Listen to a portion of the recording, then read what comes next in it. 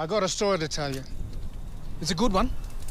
It's about how these people, the first people, got a voice. 60,000 years they've been speaking. Had 363 languages. But no voice. No say on matters which affected them. It wasn't right. So, me and your granddad. Me and your mum. The whole nation did something about it. People called their friends and families. People talked about it on the streets, talked about it at work, on the field. Everybody made a song and dance about it. Everyone walked side by side. And that's how we changed this country for the better. How we made history. Is that story true? It could be.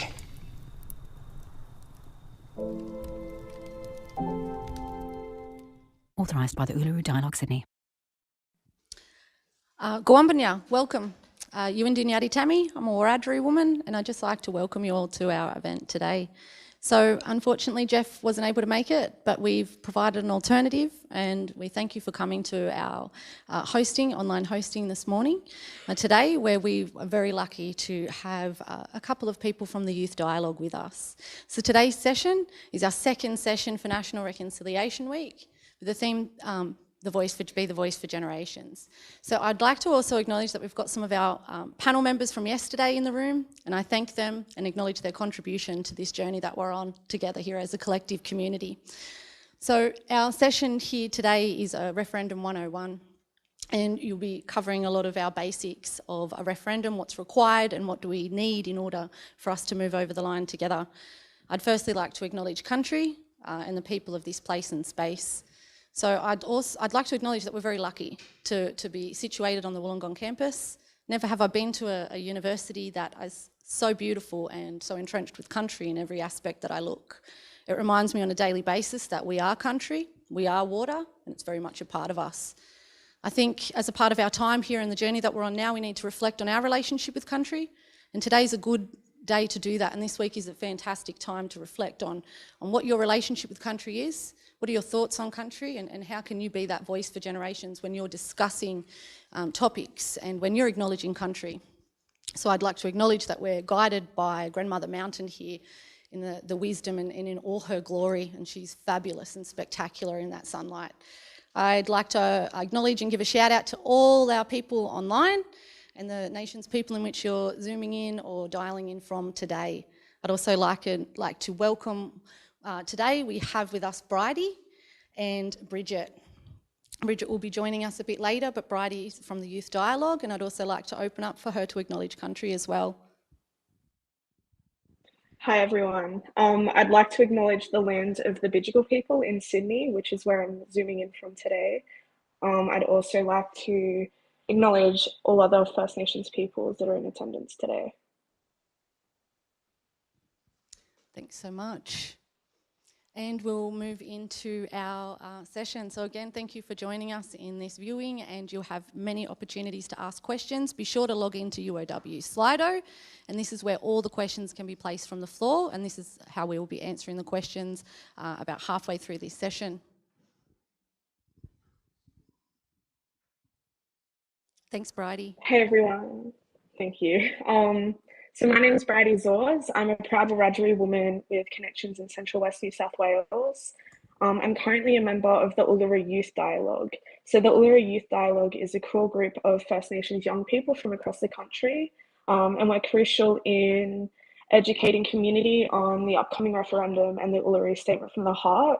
We sit directly under the Uluru Dialogue, which is co-chaired by Professor Megan Davis and Auntie Pat Anderson, and was established in 2017 to continue to push for the reforms called for in the statement, and is also currently the leading education campaign on the Voice to Parliament and the Uluru Statement. So today we'll just go briefly through the Uluru Statement from the Heart. We'll explain the voice referendum and what's happening, and we'll give you some resources as well. We'll also open it up for questions at the end. So if you submit your questions through Slido, we'll be sure to get them at the end. But on the next slide, we'll just play a brief video to intro you to the session.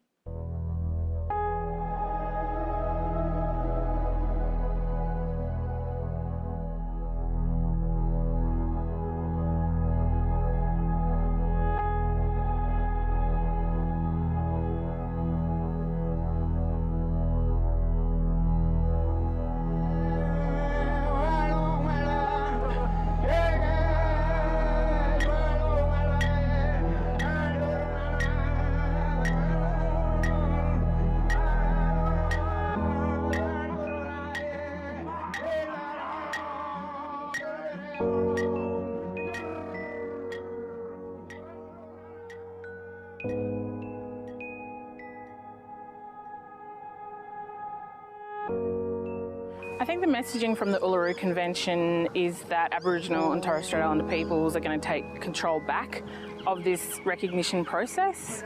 I think what we heard from all the dialogues was overwhelmingly universal, in that people wanted the tools to make an actual difference to their lives on the ground. We distilled all of the information that the 13 dialogues gave us and came out with a model that involved treaty making, a voice to the Parliament, and a truth commission. We cannot continue to go on anymore being voiceless and powerless in our own lands. So far we don't have any say in any legislation, any policy at all. So from here, what we're saying to Australia is this relationship between us, this very poor relationship, full of rampant racism and what have you, has to stop.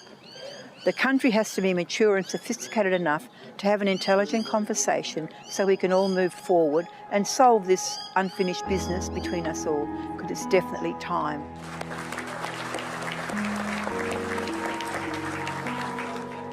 People want to make sure the truth is never forgotten, and that we as Australians, we can talk truthfully about the past. We should never let the past be a burden upon us, but at the same time, it will always be a burden if we don't face up to it. And denial is no solution to that burden. In fact, the weight of that burden increases the more determined we are to try and force a denial and a forgetfulness about it.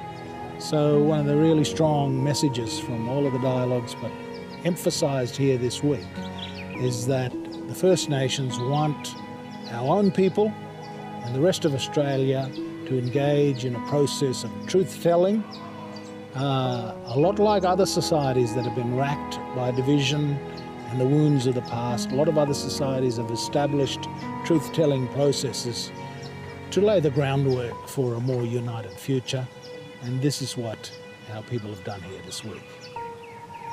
In my work as a United Nations expert, I've been able to look across, the 70 countries of the United Nations who have significant Indigenous populations and see that that kind of voice to the Parliament, that kind of parliamentary institution is quite a conventional way that member states accommodate Indigenous peoples within the state.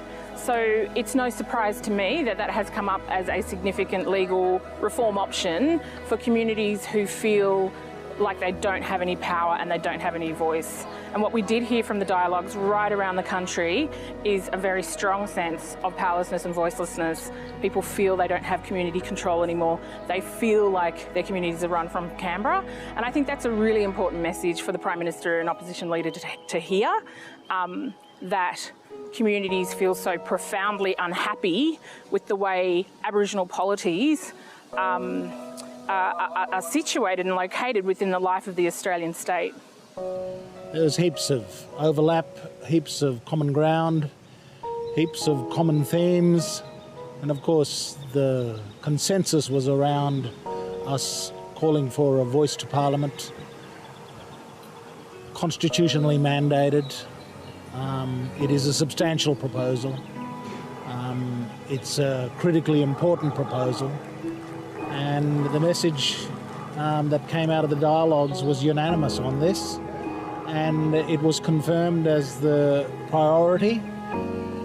But the hopes of our people are that it will be this voice that sets up the next stage of our movement towards agreement making under a Makarrata Commission.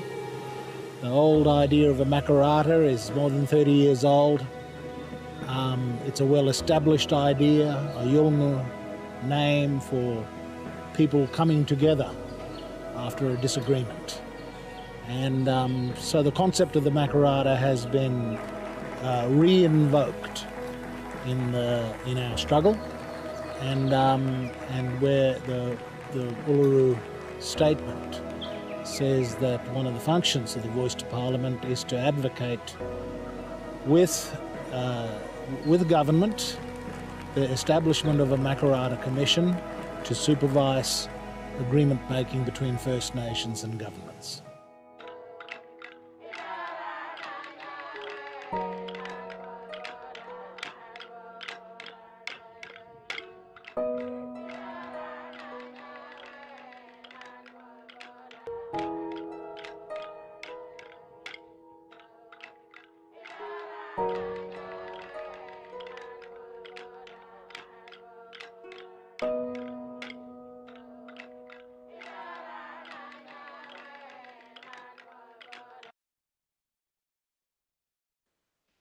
Yeah, so that video was created after the 2017 National Constitutional Convention, and I like to watch it just because it sets the scene for when we talk about the Uluru Statement and the Voice.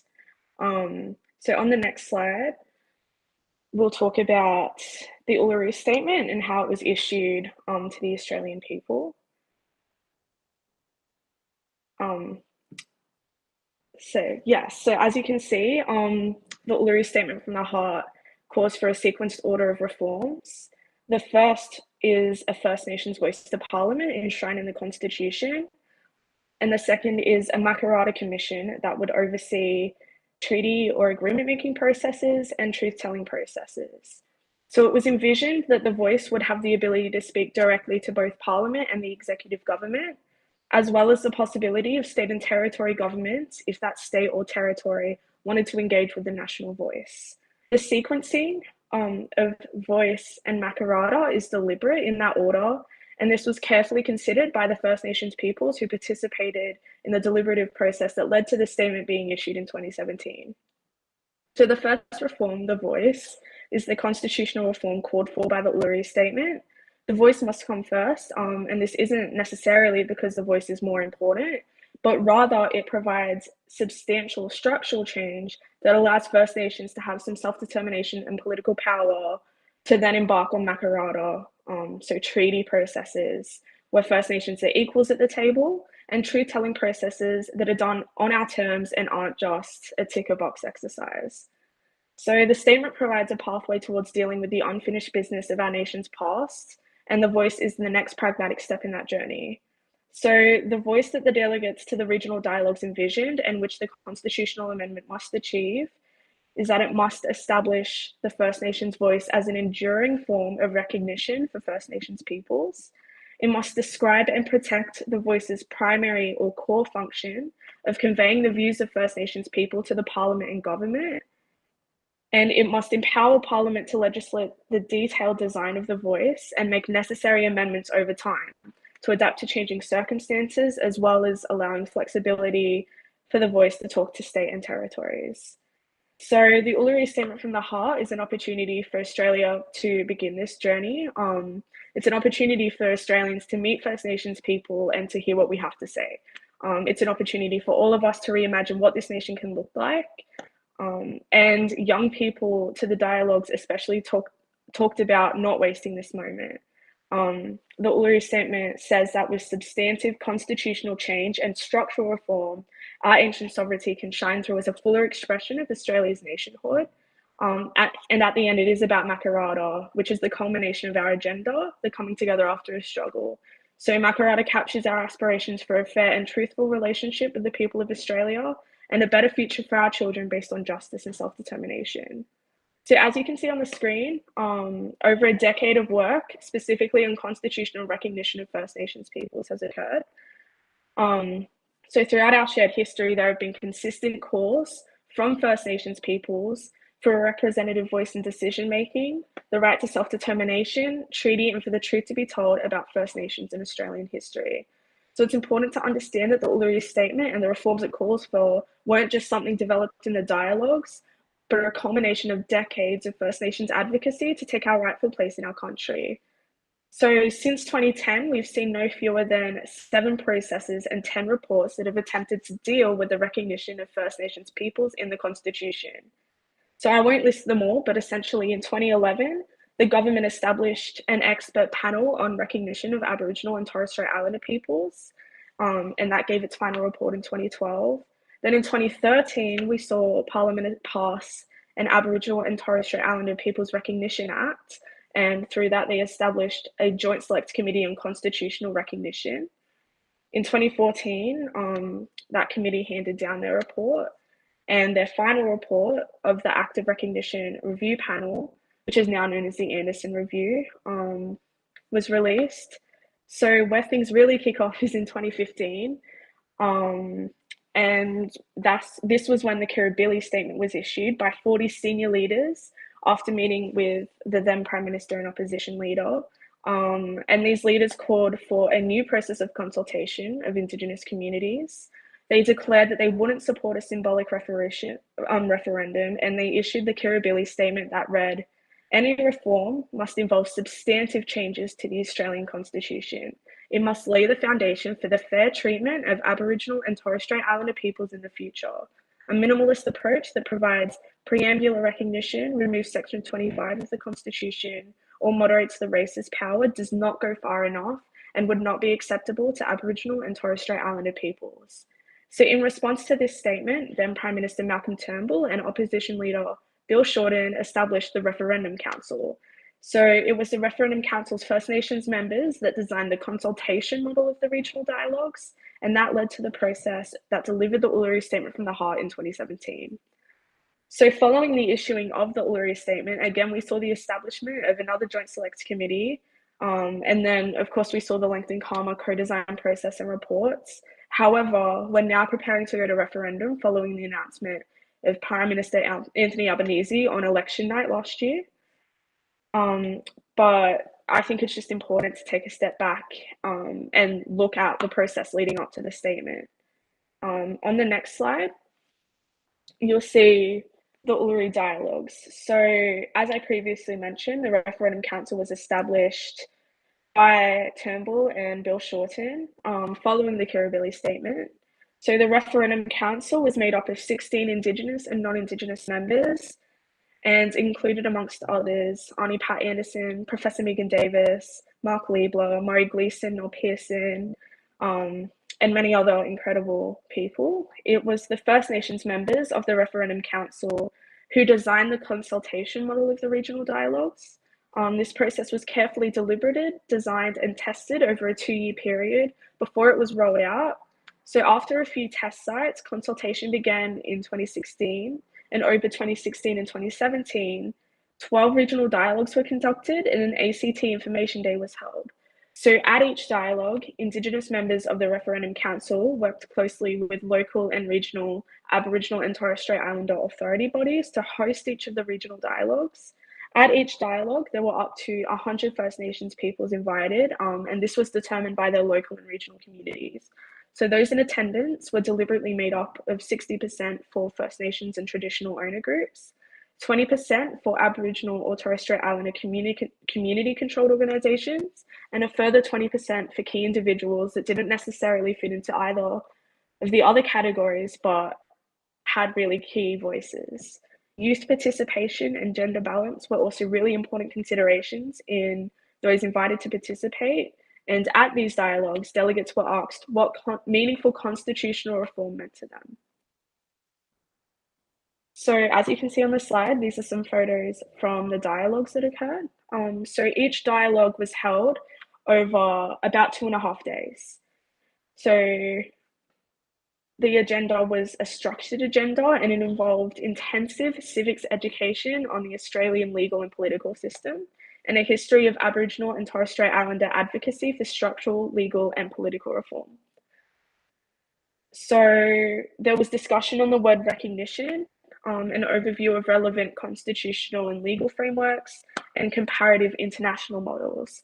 So at these dialogues, 6 principal reform options were discussed, and these included a statement of acknowledgement within or outside the Constitution, amendment or replacement of the race power, repeal of Section 25 of the Constitution, constitutional prohibition of racial discrimination, agreement making or treaty, and an Indigenous voice to Parliament with a base in the Constitution. So in working groups, delegates examined and reported back on the reform options, including possible benefits, any concerns, and their preference for what should be taken forward. So symbolism was immediately dismissed as an option. Delegates talked about the need for a reform that allowed them to have a say over the issues that affect their lives. that the reform had to be substantive and structural, a reform that gives First Nations people's voices a platform and our people political power to engage in the democratic system that has silenced and shut out First Nations peoples, enabling policies and decisions made about us to keep the status quo and keep us stuck in this situation we're in as a country, which is where we're unable to move forward. So that's a bit of an overview on the regional dialogues and the process leading up to the statement. Now we'll jump into the voice referendum and what's happening currently. So in last year, when he was elected, Prime Minister Anthony Albanese committed to the Uluru Statement from the Heart in full. He also committed to holding a referendum in his first term of government, and we're now well on our way to holding a referendum at the end of this year. So on the next slide, you'll see the most recent update we've had, which is that a joint selects committee was established to inquire on the proposed question and amendment that has been put forward by the Prime Minister. The Joint Selects Committee resolved to support the constitutional amendment in question after community consultation across the country and after receiving public submissions. So as you can see on the slide, this is the current proposed question that is before Parliament. So on the 23rd of March this year, Prime Minister Anthony Albanese announced both the question and amendment that will be put to us at the referendum later this year. This amendment and question were developed in consultation with the First Nations Referendum Working Group. So as you can see, the question reads, a proposed law to alter the Constitution to recognise the First Peoples of Australia by establishing an Aboriginal and Torres Strait Islander voice. Do you approve this proposed alteration? And essentially everyone will go to the polls, just like you do on a federal election, and will write either yes or no in a box in relation to this question. On the next slide is the proposed amendment. So as you can see, it reads, in recognition of Aboriginal and Torres Strait Islander peoples as the first peoples of Australia, 1, there shall be a body to be called the Aboriginal and Torres Strait Islander voice. 2, the Aboriginal and Torres Strait Islander voice may make representations to the Parliament and the Executive Government of the Commonwealth on matters relating to Aboriginal and Torres Strait Islander peoples. And 3, the Parliament shall, subject to this Constitution, have power to make laws with respect to matters relating to the Aboriginal and Torres Strait Islander voice, including its composition, functions, powers, and procedures. So as you can see, the amendment lays the core function of the voice in the Constitution, but specific details will come after in legislation. So in addition to the question and proposed amendment, the First Nations Referendum Working Group established design principles that have been endorsed by the Australian government. So if the proposed law is approved at the referendum, there will be a process with First Nations communities, Parliament, and the broader public to settle the voice design. Legislation to establish the voice will then go through standard parliamentary processes to ensure adequate scrutiny by elected representatives in both houses. So on the next slide, it lists the design principles. So they give us an understanding of how the voice will look and will be used to guide the process through which the specifics of the voice design are established. So the voice will be chosen by First Nations people based on the wishes of local communities. The voice will be representative of Aboriginal and Torres Strait Islander communities, gender balanced and include youth. The voice will be empowering, community-led, inclusive, respectful, and culturally informed. It will be accountable and transparent. The voice will work alongside existing organisations and traditional structures. It will not have a program delivery function or a veto power, and the voice will give independent advice to Parliament and government. But more information on the design principles are available at our website, ulurustatement.org. So on the next slide, this is the referendum process. So in Australia, a referendum is a vote which we use to approve a change to the Australian Constitution. And our section 128 of the Constitution sets out certain rules that we have to follow in order for the change to be approved. So a proposed change to the Constitution starts as a bill, so a proposed law. This is presented to the Australian Parliament. If the bill is passed by the Parliament, the proposal must then be presented to Australian voters in a referendum. The referendum has to take place between 2 and 6 months after the bill is passed. And the bill is currently before Parliament at the moment, so we're just waiting for it to go through both houses. So the referendum has to take place between 2 and 6 months, and members of parliament normally prepare arguments for or against proposed changes. These are then sent to the Australian Electoral Commission, which is in charge of running federal elections and referendums. The AEC arranges for yes and no cases, along with a statement of the proposed change to be posted to every Australian on the electoral roll. If we just jump back to the previous slide, sorry. So currently we're between 1 and 2 on this timeline.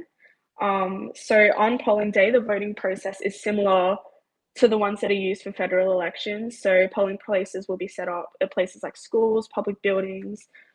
Each voter's name is marked off and people will write yes or no on their ballot paper. So a referendum is only passed if it is approved by a majority of voters across the nation and a majority of voters in a majority of states. And this is known as the double majority, but we'll get into that later. So on the next slide, you'll see a bit of where we're at now. So the wording and proposed question has been put into the referendum amendment bill, which is titled Constitutional Alteration, Aboriginal and Torres Strait Islander Voice 2023, and is now before Parliament, as I mentioned before.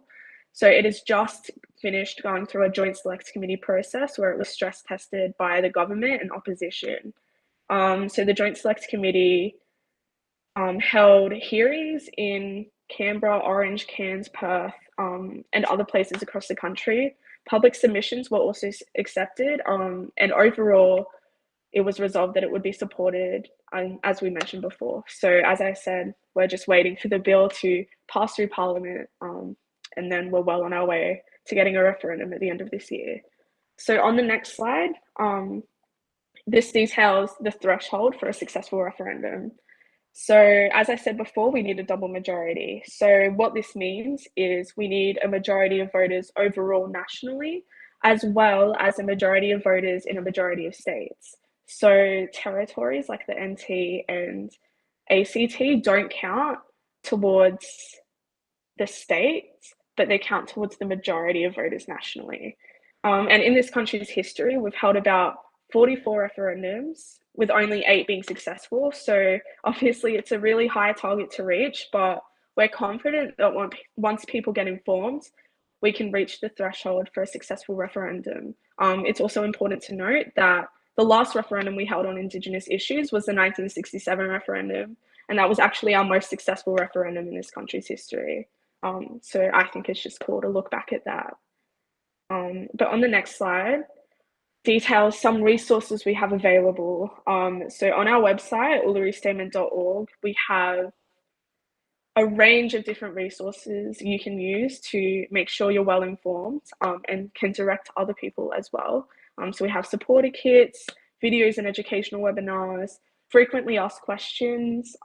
We also recently partnered with SBS, which was an initiative Arnie Pat Anderson ran, and have translated the statement into over 20 First Nations languages, and I think about 60 other languages, which is really incredible.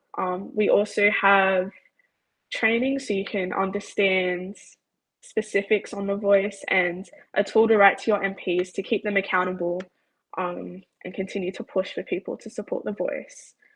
So on the next slide, these are some things you can do.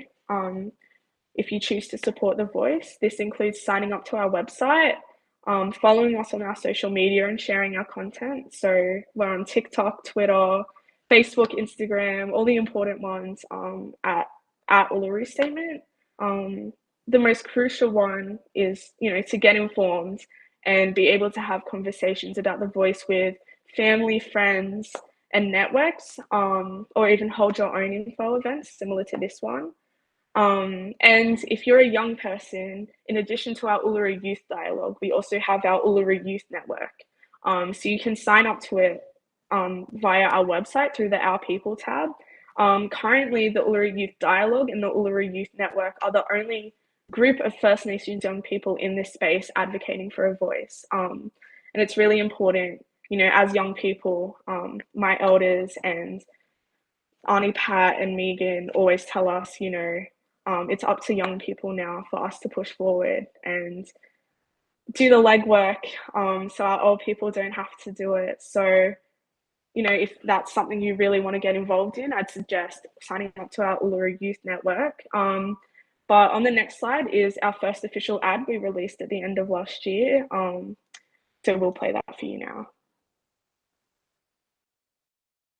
I got a story to tell you. It's a good one. It's about how these people, the first people, got a voice. 60,000 years they've been speaking. Had 363 languages. But no voice. No say on matters which affected them. It wasn't right. So, me and your granddad. Me and your mum. The whole nation did something about it. People called their friends and families. People talked about it on the streets. Talked about it at work, on the field. Everybody made a song and dance about it. Everyone walked side by side. And that's how we changed this country for the better. How we made history. Is that story true? It could be.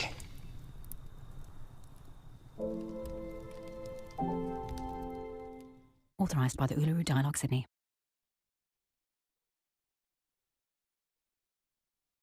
Yes, so on the screen is just a QR code that leads you to a sign up for our newsletter. It won't spam you or anything, it's just so people can keep up with what we're doing and find ways to support. Bridget Tharma, our co-chair of the Uluru Youth, should be jumping on shortly.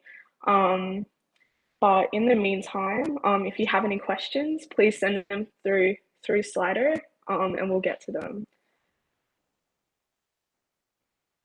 Am I on? Yes. Lovely. Thank you, Bridget. Bridie, sorry. Thank you so much for that. How fantastic to see some of that or hear some of that. Thank you so much.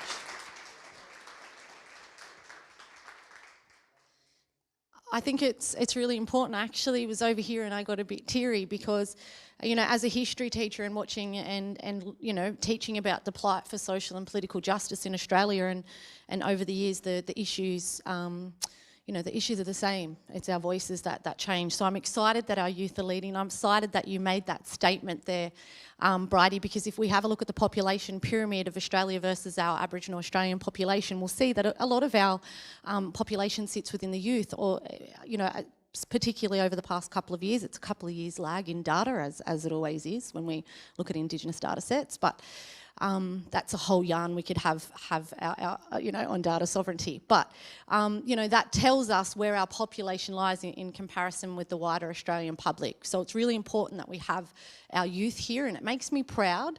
And hopefully in here I can see a lot of our non-Indigenous faces as well, and hopefully it makes you, be more comfortable in your vote, that you're going to have a solid representation behind, and these are the voices of our generations, and look at them shine.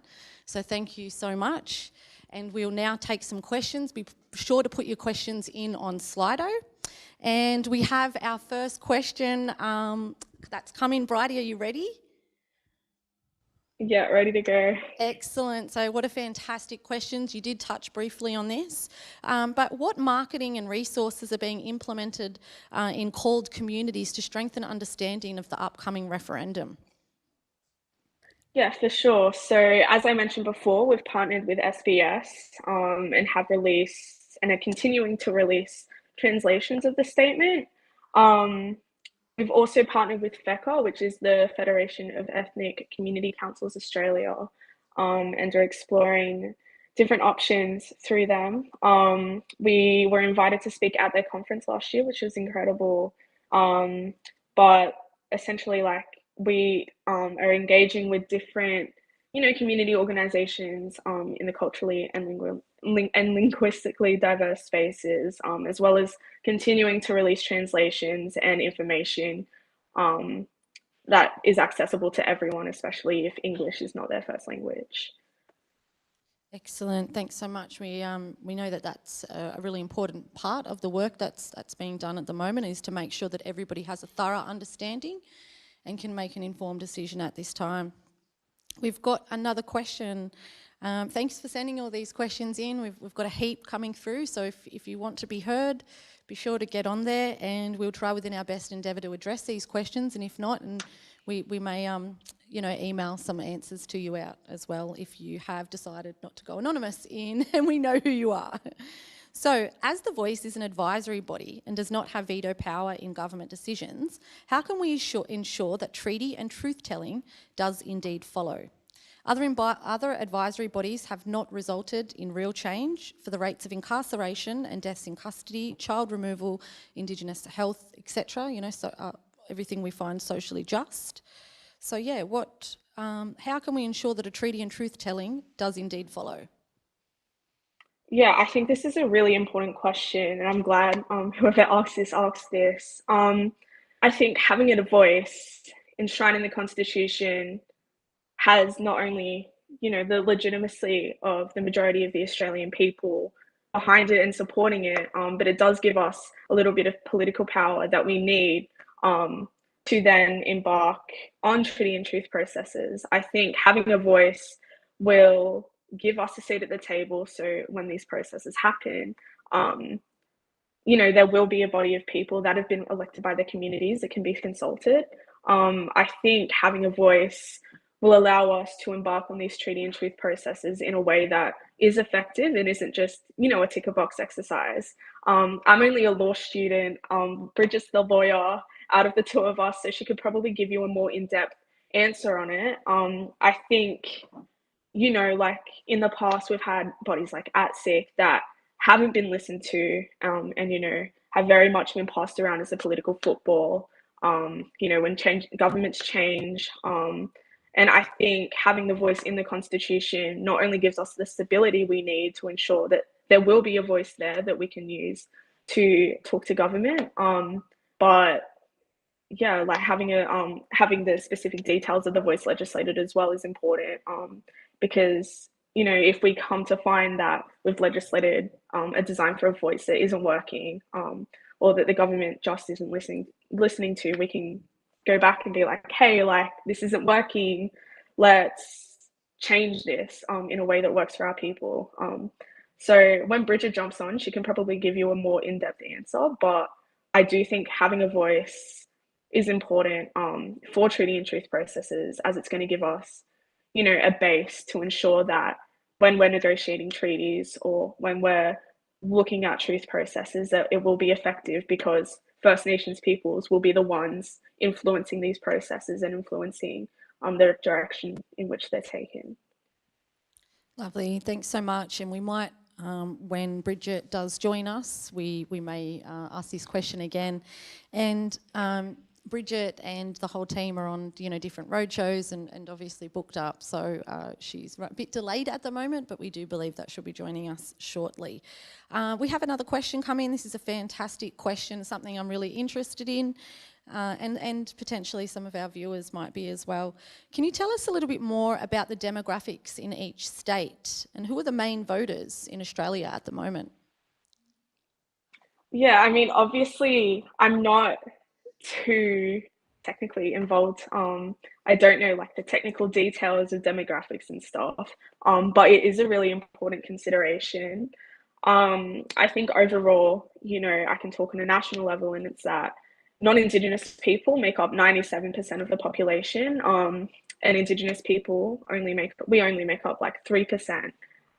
So at the end of the day, 97% of the people people that are voting will be non-Indigenous, and it's really important that non-Indigenous people walk with us in this, in relation to specific demographics such as youth, or whatever. I couldn't give you a really specific picture that I'd like throw, my words behind. I'm not sure how much research has been done on it, but I'd imagine that young people, we make up like a significant portion of the people that are voting, and I'm really not sure. Sorry, I think that's a question.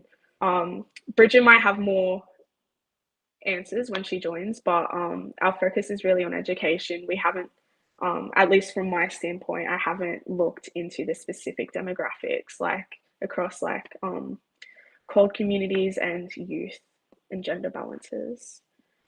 No worries. Thank you for answering that to the best of your ability, and maybe that's something that we can provide our members with following this session, is potentially a breakdown of what is required.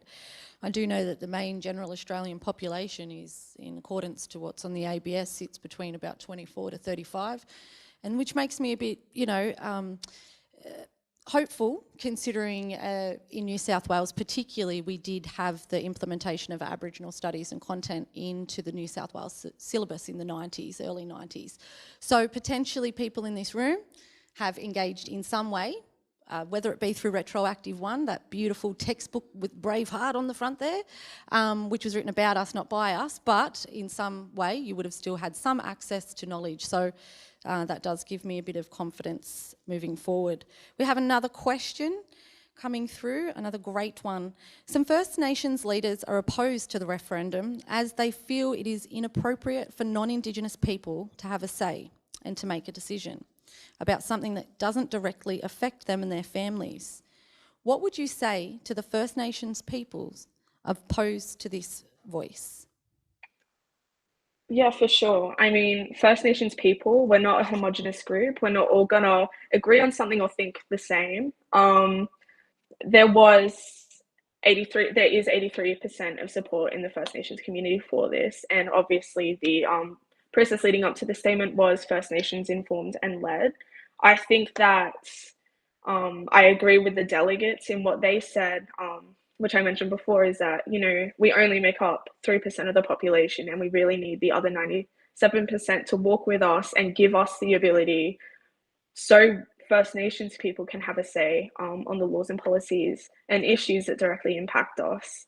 I think at the end of the day, calling for a referendum to enshrine the voice, we all knew that it wouldn't be First Nations people that will make or break this referendum, but it's really specific in that, this is a chance for non-Indigenous and Indigenous Australia to come together and give First Nations people the ability to, speak on our issues and elect the people we want to represent us, instead of, just handpicked individuals or non-Indigenous people talking on Indigenous issues. So I definitely get their concerns, and, it's not my place to go try to convince, like an elder or someone else to change their opinion, because everyone's more than valid in their opinion. But I do think, at the end of the day, it is important that non-Indigenous Australia join us on this journey and walk with us to give us a say. Thank you so much. And it's really important to make sure your vote is your vote and it's your opinion and your decision, and not those of other people around you potentially that haven't lived the same journey that you have. So thank you for that. We've got a question about the ad, how fantastic was that ad? I looked around and I could see that everyone was getting quite emotional about the opportunity and possibilities. And what that could look like for the future of Australia. So the ad shown was so impactful, more than the ones that are being aired at present. Will it be aired on commercial television, as it seems that SBS is targeting those who are on board already? Yeah, that ad always makes me emotional. Like the first time I watched it, I cried. But yeah, I do think it's a really impactful ad. And at the end, like showing ads on TV and stuff comes down to funding. So like we're trying to push the ad out there. I think the ads you're referring to on SBS are from Yes 23 possibly. And they're doing, incredible work. But, fingers crossed we get the ability to push this ad further than just YouTube and social media. But I think that's a stay tuned question to see what goes on. Excellent, thank you. And I'm sure you can access that ad online. Can we, Bridie, because our lecturers may wish to share this in their Moodle sites potentially and add some resources. We'll definitely add it to the... Yeah, we're on YouTube. You can also find us on our socials. Excellent. We will add that to the National Reconciliation Week page that we have at UOW here. We have a fantastic question. This is something that I'm sure we're all thinking about in the room. Is there one main myth about what the voice is or is not that we can assist in squashing? Fantastic question. Yeah, I think there are a lot of myths or misinformation that's out there. I wouldn't throw my money behind one specific one as being the main one, but I think an important thing that we haven't touched on yet is, that argument that the voice will cede our sovereignty, which I've been seeing a lot in the media and stuff. I think at the end of the day, sovereignty, obviously, is a really important consideration with this. And we maintain that, having a voice and acknowledging First Nations people in the Constitution will not cede our sovereignty. The Uluru Statement, if you read the Uluru Statement, which I encourage everyone to do, it specifies that our sovereignty has never been ceded or extinguished. And, having a voice is not going to change that. But yeah, I guess that's the main myth I'd encourage people to dispel. But again, it's up to everyone to, do your own research, and come up with an answer that you think is appropriate to the question, no matter what myth or misinformation it is. Thanks so much. Thanks so much. And we all understand how busy everybody is in their everyday lives. So,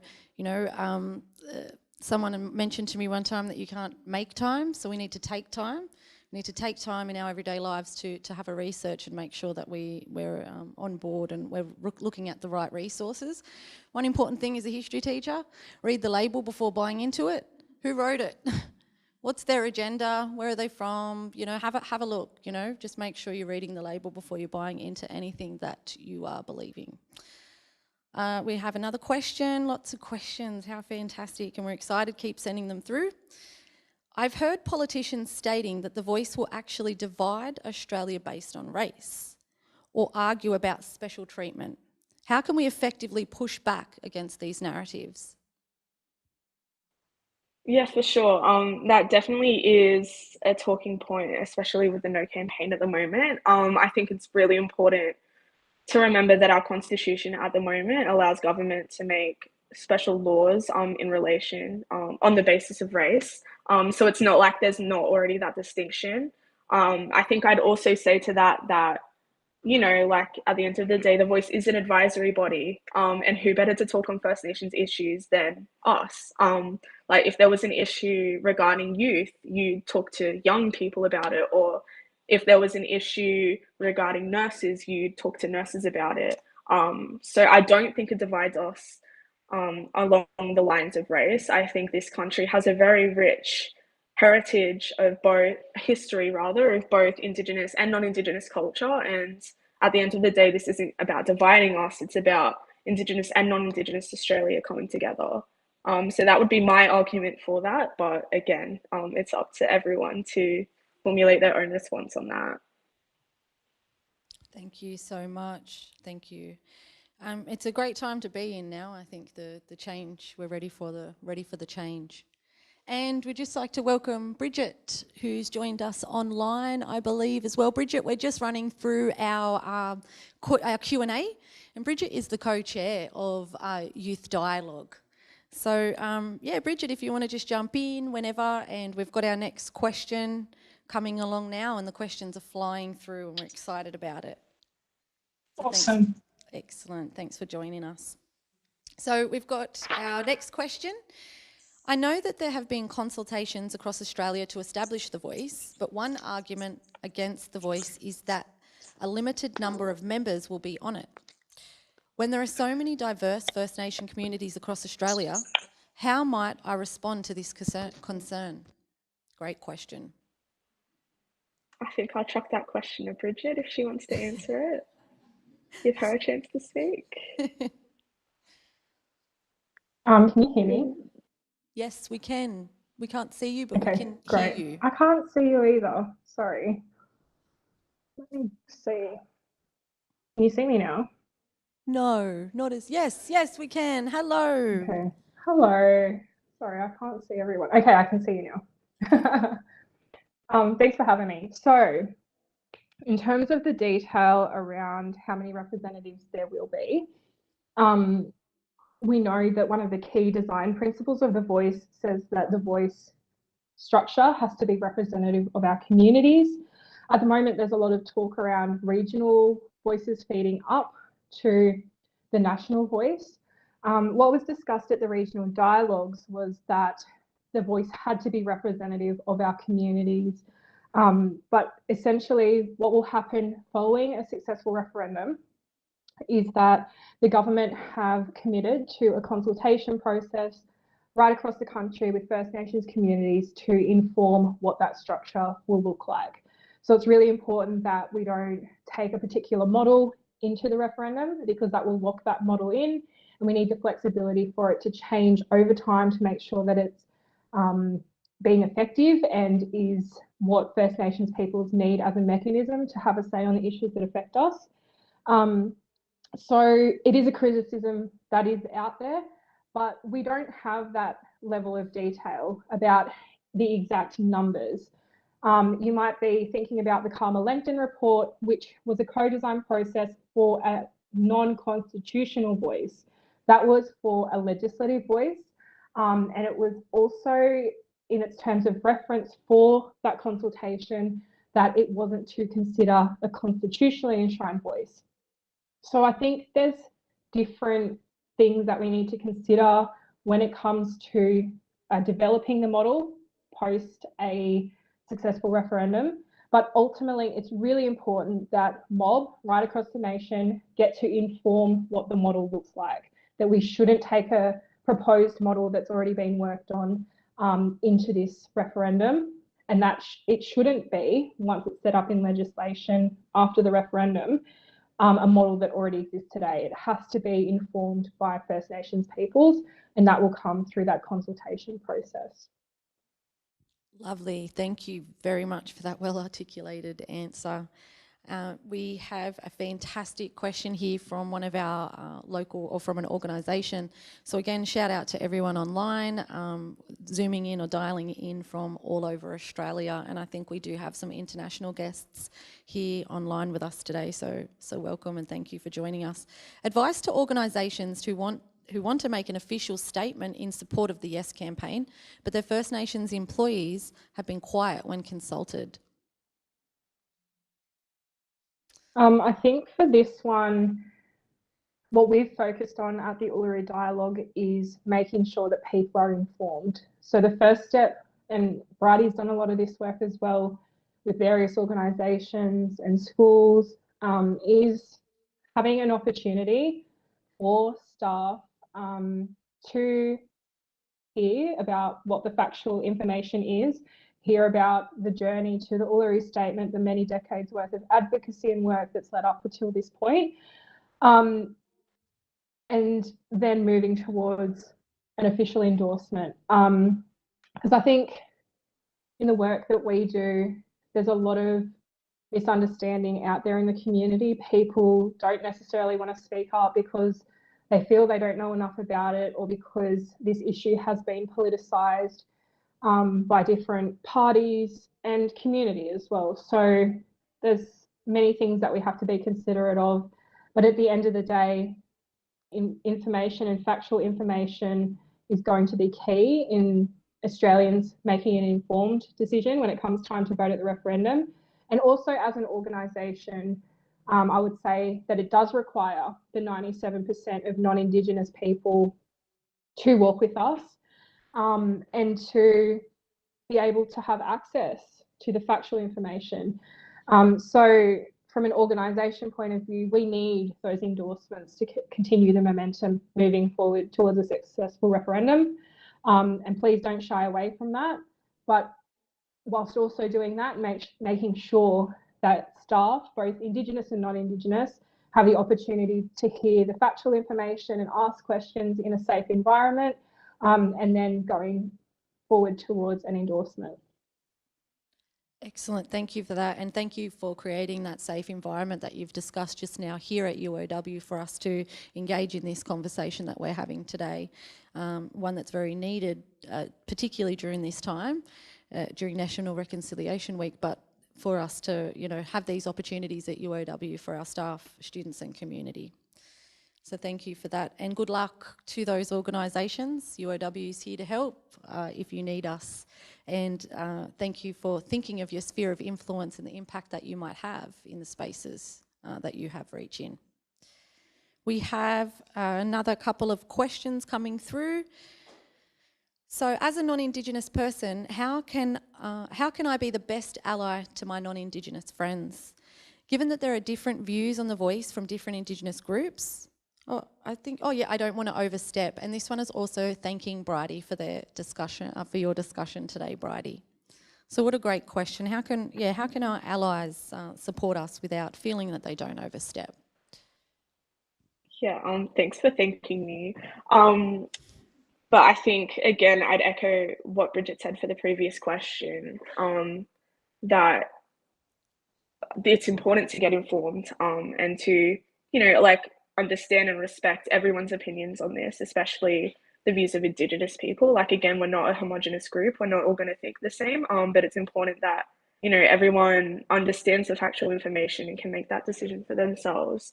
So I think, I don't know what Bridget would say on this, but I think being the best ally is, just respecting everyone's opinions and the diversity of our opinions as Indigenous people, and, creating that safe space for your Indigenous friends to talk to this, but also not like, I've had a few people come up to me and like their one conversation wants to be what I'm voting on or my stance on it. And I think it's just about, respecting Indigenous people and our time and our opinions with this. But I don't know what Bridget would say. Yeah, I think that's all exactly what I would say. Maybe just in addition to that is understanding where this mandate comes from. It's not government-led.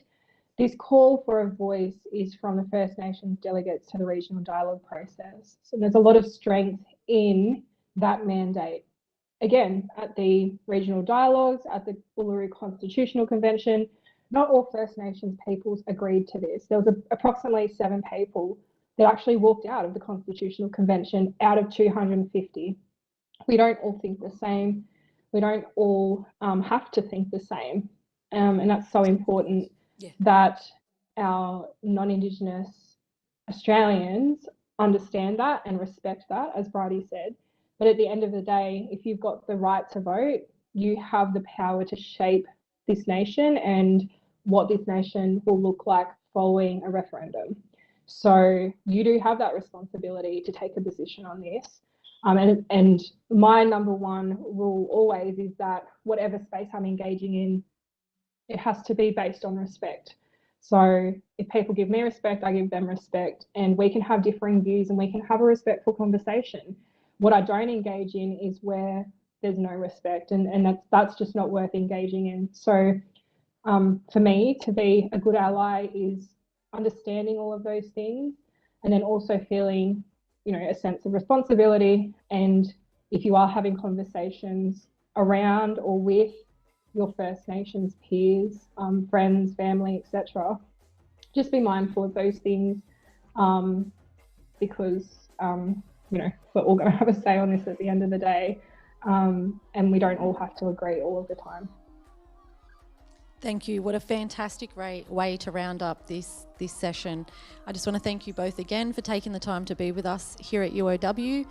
We're so glad we were able to offer you this alternative opportunity in Jeff's absence. So thanks so much again, and we'll welcome you to the rest of our National Reconciliation Week celebrations. Thanks so much.